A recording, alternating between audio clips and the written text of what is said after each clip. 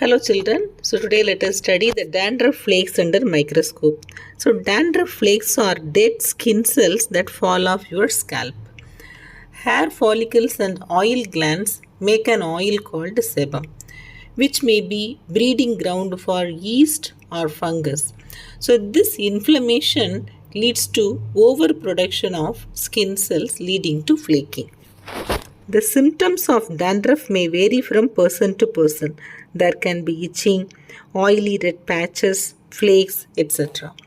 So, hormonal fluctuations, weather changes, or even stress can trigger your body to produce excess oil, so which may promote the growth of fungus.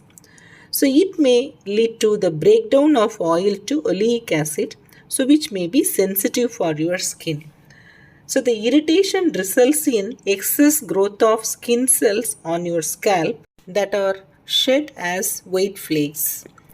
Dandruff can be prevented by maintaining good hair and scalp hygiene, that is, keeping your hair clean.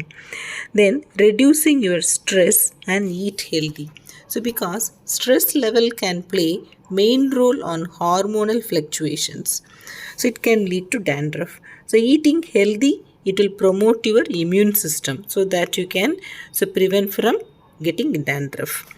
So you should not use the hair products that can cause negative reaction on your skin. So if your skin becomes sensitive, once again you can get dandruff. Weather, dirt, sweat, pollution, so can aggravate the buildup on your scalp. So once again, so if you keep your head covered from direct sunlight and other harmful elements also will help you from getting rid of dandruff.